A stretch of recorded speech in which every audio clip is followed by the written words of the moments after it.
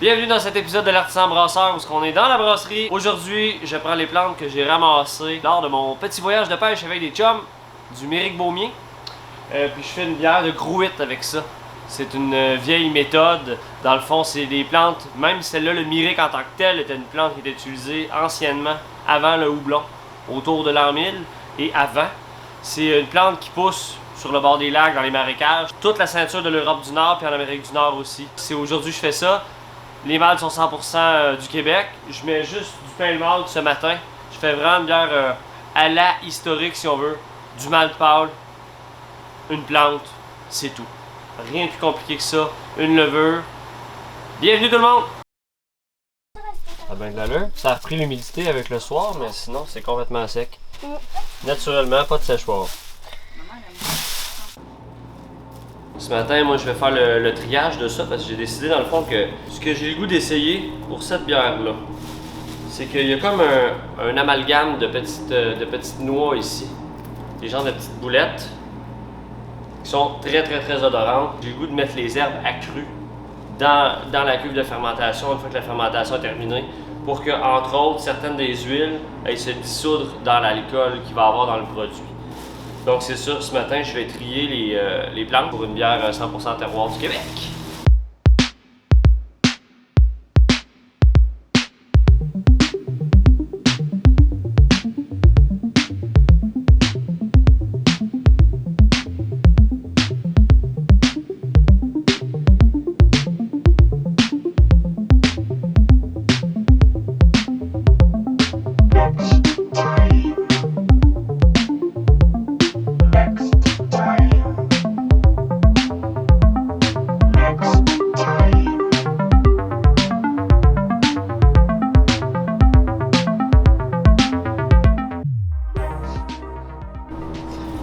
Pour vrai, j'ai vraiment un feeling excellent sur cette bière-là. Le parfum qui sort de là est complètement cinglé. Ça devrait être... Puis il peut avoir une intensité. J'ai hâte de voir ce que ça va donner au dry hopping, au dry herbing que ça va donner, parce que si ça donne juste un quart du parfum qu'il y a là-dedans, ça va être fantastique. Ça, c'est bien sec. Ça sent encore la boréalité. Comme ça ferait un bon nom de cheesy, ça.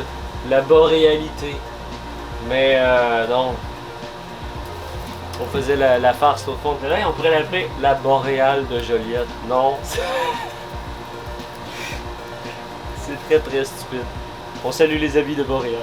Bon, le plan, c'est de mettre une partie en début d'ébullition et une partie à la toute fin. Moi, je vais aller chercher l'amertume. Cette plante-là donne de l'amertume, au même titre que le houblon. Une amertume différente, mais elle en donne une quand même. Puis je vais aller chercher aussi juste le côté odorant. Donc, je le mets à la fin, fait un peu comme une tisane. Je fais la même chose dans la blanche. Il y a une petite quantité qui s'en va au début. Dans le cas de la blanche, c'est du houblon. Mais les fleurs arrivent à la toute fin. Pouf! Comme ça, là, ils donnent qu'est-ce qu'ils ont à donner. Ils s'infusent pendant le transfert, parce que là, c'est chaud. C'est ça. Fait que ça, je m'en vais préparer ma bouilloire, rincer mes choses, mettre ça là-dedans avant que mon mou arrive. Comme ça, mon mou se mélange tout de suite, puis ça va infuser tout le temps que le mou remplit la bouilloire, puis ensuite ça va bouillir avec.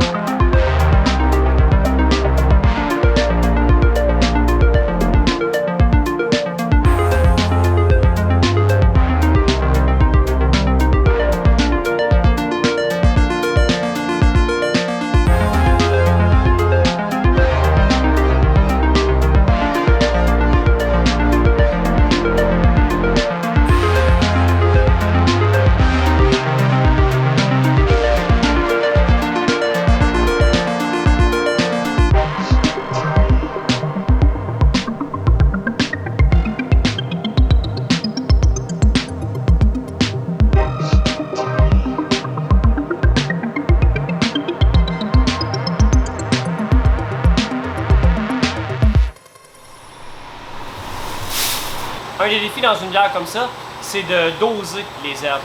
Parce que c'est difficile de trouver des références.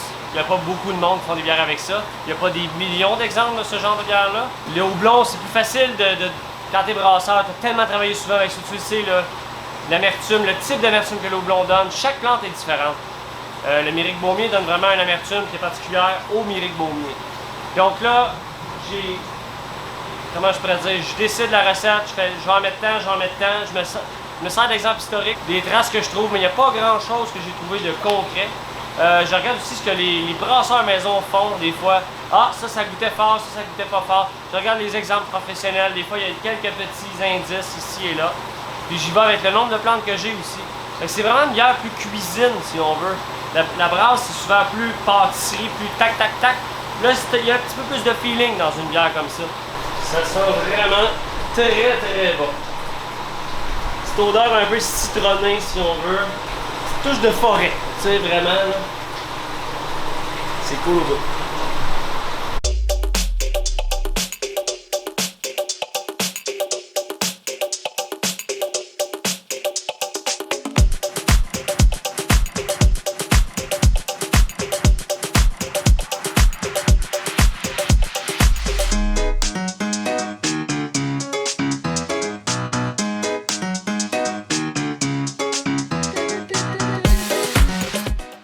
Oui, ça me fait penser aussi, je m'adresse plus aux amateurs de brassage maison dans la salle.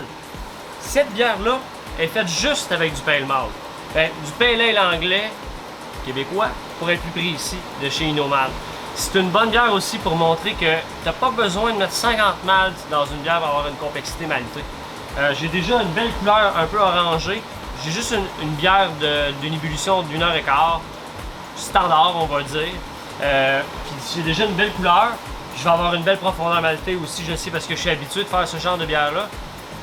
Mais souvent on a peur quand on commence, ah je vais mettre ça, ça va goûter un peu plus le caramel, le ci, le ça. 100% pale malt, si vous ne voyez pas, venez goûter. C'était une plug, avertissement de plug.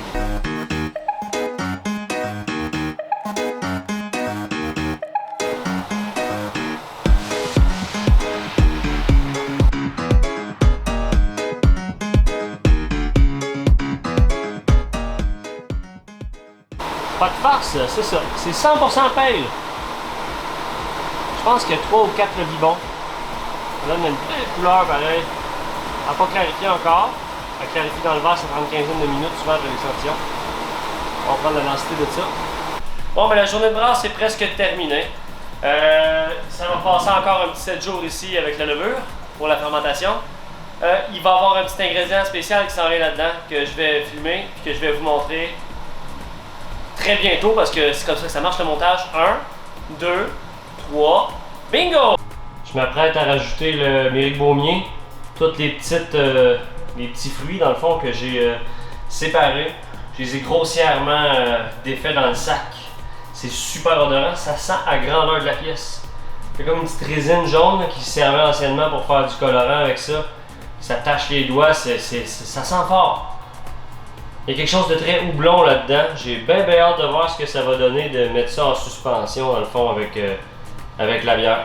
Donc c'est ça l'intérêt aussi d'avoir des chapeaux comme ça que je peux lever. Je peux facilement avoir accès à ma bière. Puis pouvoir rajouter un ingrédient comme ça. C'est ça, je pourrais faire la même chose en cylindro conique. Sauf que la grande différence c'est que je peux ramasser de la levure sur le dessus comme ça. Je fais ça avec notre levure qu'on prend pour faire la blanche de Joliette. Je peux la ramasser sur le dessus de même. Donc c'est ça, j'ai accès facilement à ma bière. C'est très à l'ancienne pouvoir rajouter ces plantes comme ça dans un petit nouet. Donc là j'ai mis ça là-dedans, ça va passer 4 jours là jusqu'à l'enfûtage. Oui, toute la bière est enfûtée. On a finalement décidé de l'appeler la Gagelane, qui est un ancien nom pour les bières au Méric Beaumier d'Europe du Nord. C'est une bière qui va être servie fraîche, donc elle va passer 7 à 10 jours ici pour la refermentation avec une dose de sucre, comme la blanche de Joliette. Mais une journée ou deux de froid, puis ensuite service. Très rapide. C'est une bière de consommation rapide. C'est pas une bière de garde. Elle est déjà bonne directement du fermenteur. J'ai vraiment hâte de vous la faire goûter. C'était une plug. Avertissement de plug. Fait que dans une semaine et demie, on met ça en service à l'Albion. Ça va être disponible en septembre. Bon, ben c'est fait. La bière est prête. La fermentation est terminée. Moi, j'envoie ça au froid. Petit conditionnement, quelques jours. Cette belle bière qui a commencé sur les berges d'un lac dans le nord du Québec, paisible, tranquille. Naturel au bout. Très content du résultat que ça donne à la date, puis j'espère que les gens vont l'aimer. Si c'est un franc succès, c'est quelque chose que j'ai le goût de refaire régulièrement, des bières comme ça. Je m'attends à ce que la clientèle apprécie le produit, parce qu'entre autres, on a une clientèle exceptionnelle ici, puis les gens sont ouverts, puis c'est le fun.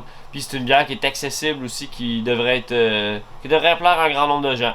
Merci beaucoup d'avoir écouté cet épisode. Comme d'habitude, partagez, likez si vous avez aimé ça. Ça se passe en bas. Petite cloche, notification, ces choses-là. Commentaires aussi, toujours le bienvenu. Que ce soit positif, négatif, une belle casquette, n'importe quoi. je vous lis, ça me fait plaisir. Je vais vous répondre aussi. Donc, merci beaucoup tout le monde, puis à la prochaine!